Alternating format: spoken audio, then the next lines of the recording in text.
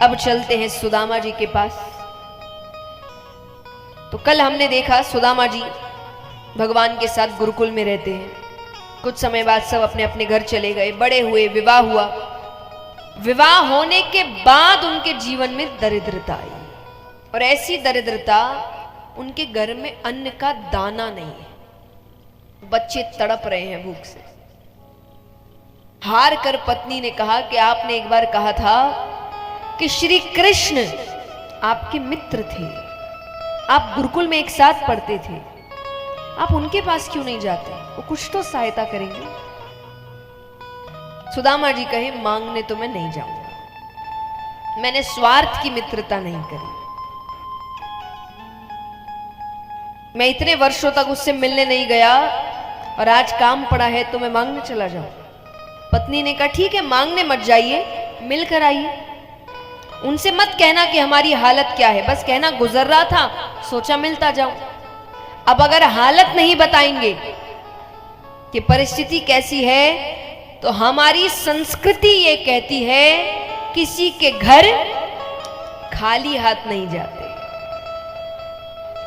खुद के घर में अन्न का दाना नहीं है, पर पत्नी ने कैसे तैसे छोटी सी चावल की पोटली तैयार करी कि उनको भेंट स्वरूप देना। सुदामा जी निकलते हैं भगवान से मिलने।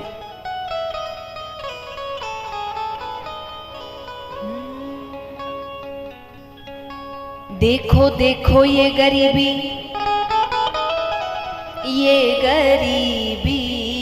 कहा, शाम के दर पे विश्वास लेके आया, मेरे बचपन का यार है मेरा शाम, यही सोच के एक आस लेके आया। अरे द्वार पालो कन्हैया से कह दो, अरे द्वार कन्हैया से के दर पे सुदामा गरीब आ गया है, के दर पे सुदामा गरीब आ गया है। भटकते भटकते न जाने कहां से,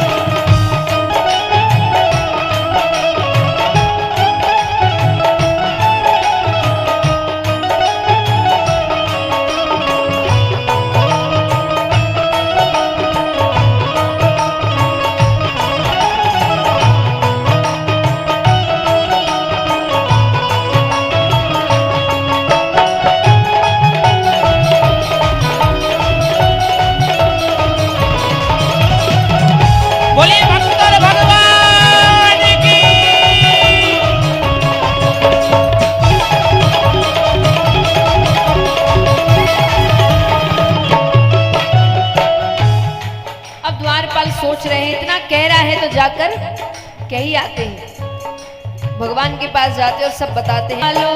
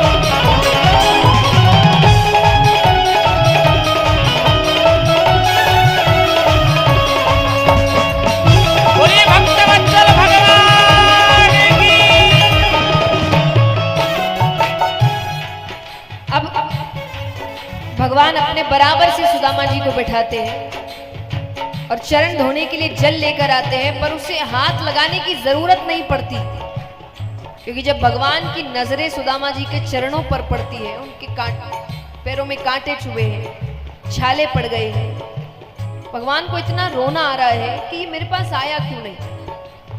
भगवान कहते हैं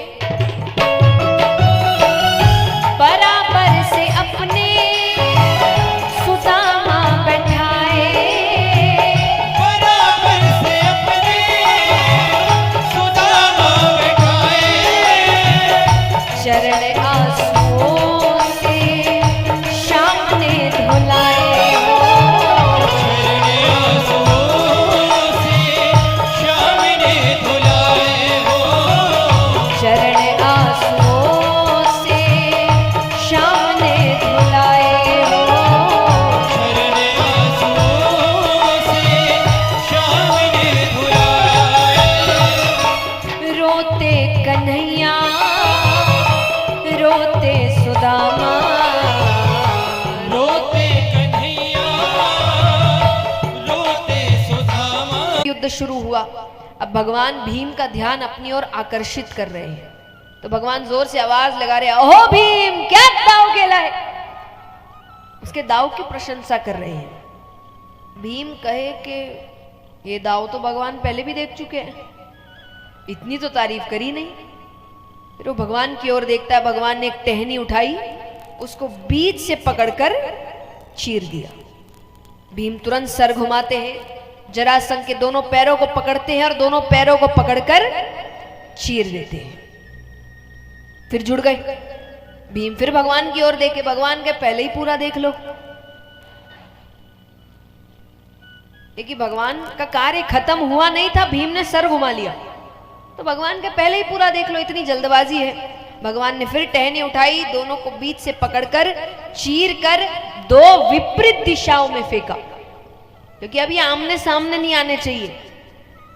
फिर से पैरों को पकड़कर भीम चीरते हुए दो विपरीत दिशाओं में फेंकते हैं। इस प्रकार जरासंध का वध होता है। बोलिए कृष्ण कन्हैया लाल की।